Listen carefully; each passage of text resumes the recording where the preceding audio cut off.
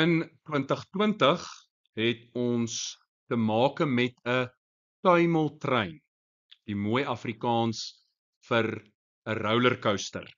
Hierdie tuimeltrein het 'n massa van 200 kg en beweeg op hierdie baan A, B, C. Punt A is 10 meter bo kan die grond en daar is die beginspoed 4 meter per sekonde. By punt B is die tuimeltrein H meter bo kan die grond en die spoed is dan 2 meter per sekonde. En dan belangrik, tydens die beweging vanaf punt A na punt B word 3,4 maal 10 tot die mag 3 joule energie verbruik om wrywing te oorkom. So ons kan in ons agterkoppe reeds vir onsself sê, daai is die arbeid verrig as gevolg van wrywingskrag. En ons kan die rotasie-effekte ignoreer as gevolg van die wiele van die kar. Die definisie van nie-konservatiewe krag is in 2020 aan die beurt. Jy sal onthou, in hierdie geval hang dit wel af van die pad wat gevolg word. Verandering in kinetiese energie moet ons nou bereken. So delta kinetiese energie is half m finale spoed gekwadreer minus die beginspoed gekwadreer en dit is gelyk aan 'n half maal met 200. Die tuimeltrein het 'n massa van 200 kg maal met 2 meter per sekonde kwadraat minus die beginspoed is 4 meter per sekonde kwadraat. En dit gee vir ons minus 1200 joule. Ons moet nou energiebeginsels gebruik om die hoogte H te bereken.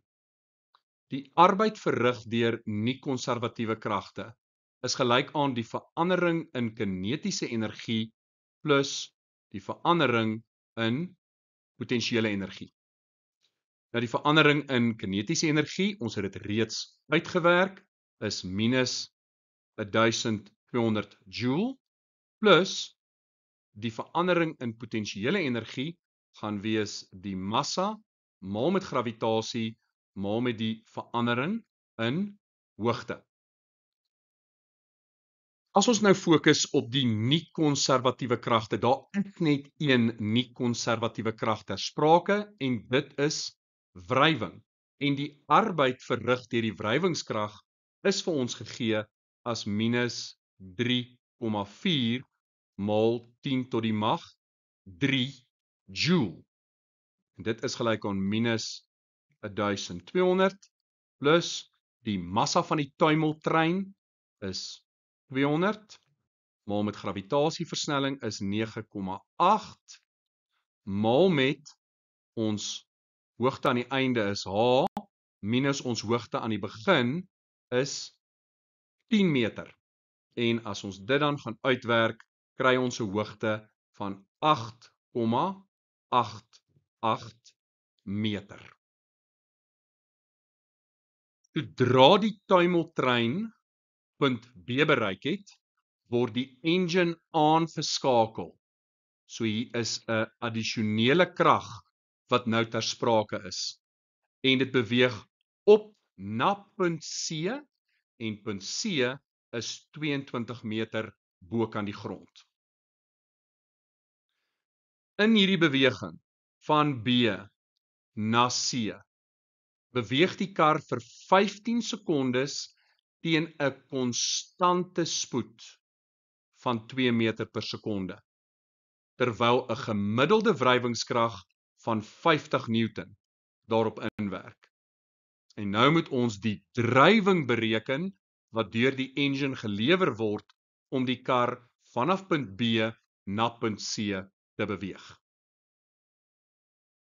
'n Belangrike brokkie inligting is dat die spoed konstant bly op 2 meter per sekonde. En dit beteken dat jou versnelling gelyk is aan 0. En dit beteken dat F net gelyk aan MA gaan gelyk wees aan 0. En omdat F net gelyk is aan 0, gaan W net gelyk wees aan 0. En watter komponente is almal ter sprake as ons kom by W net? Daar's 4. Die een wat ons gaan ignoreer is die arbeid as gevolg van die normaalkrag wat 0 is.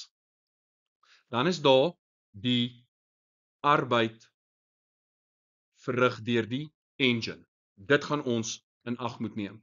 Dan is daar die arbeid as gevolg van gravitasiekrag en ons moet nou al weet die karretjie, die tuimeltrein beweeg opwaarts, gravitasie is afwaarts, so daai gaan 'n negatiewe waarde wees en dan het ons die arbeid as gevolg van 'n konstante wrywingskrag van 50 Newton.